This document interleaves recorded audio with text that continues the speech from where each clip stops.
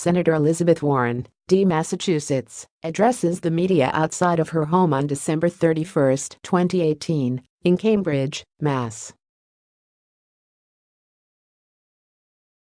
Scott Eisen. Getty Images, by Ed Rogers. Ed Rogers, opinion writer focusing on politics. Email bio. Follow opinion writer January 3 at 12:34 p.m. with Sen.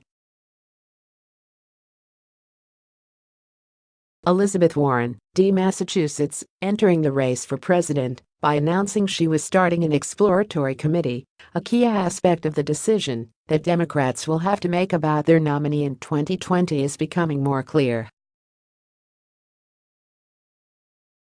Collectively, the Democrats have to choose whether they want a fighter who will take on President Trump in a brawl or a candidate who is a more low-key anti-Trump persona.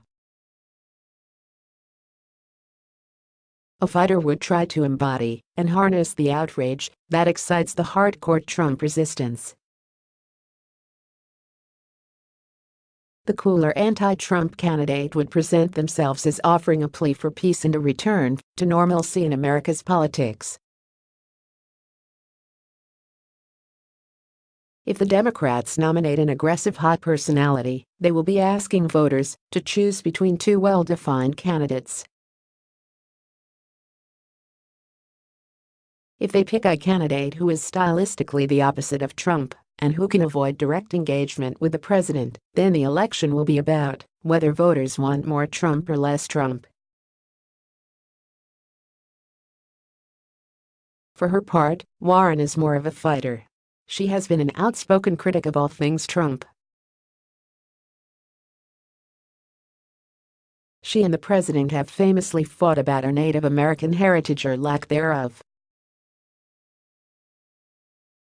She is a more aggressive and more liberal politician than Hillary Clinton. And, in my opinion, Warren will energize the Democratic Party's core voters more than Clinton did in 2016. A candidate with a calmer demeanor and a more subtle approach may leave Democrats cool, lacking enthusiasm and suppressing their voter turnout. That said, I am reminded of the 1994 New York governor's race, when George Pataki beat the three-term incumbent Mario Cuomo. Cuomo was wildly unpopular. Pataki was a little-known state senator. He was as anonymous as a candidate for governor could be.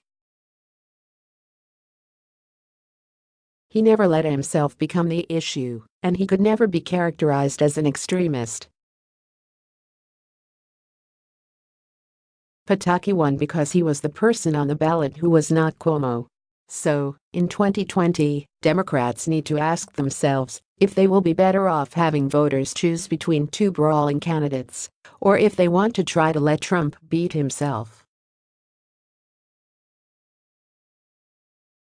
With Trump as unpopular as he is, it seems plausible that the Democrats' nominee could practically go into hiding immediately after the July 2020 convention and let Trump be Trump at his own peril.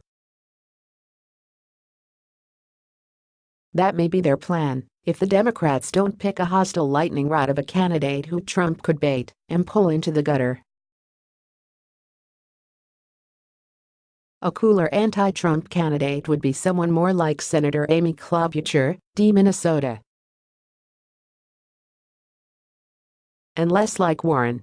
Klobuchar has an earnestness about her and a calm demeanor that Warren lacks.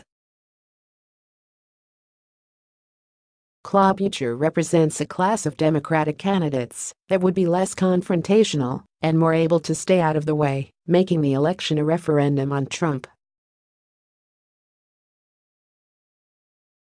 But in a multi-candidate field, every Democrat running will look for ways to distinguish themselves and develop a foothold in the party. The Democratic Party nomination may become a race to see who can say the most provocative things about Trump. A threshold division may be which Democratic hopefuls say they support impeachment versus those who try to explain why they do not. So, are the Democrats in the mood for cool and composed, or are they determined to go hand-to-hand with Trump?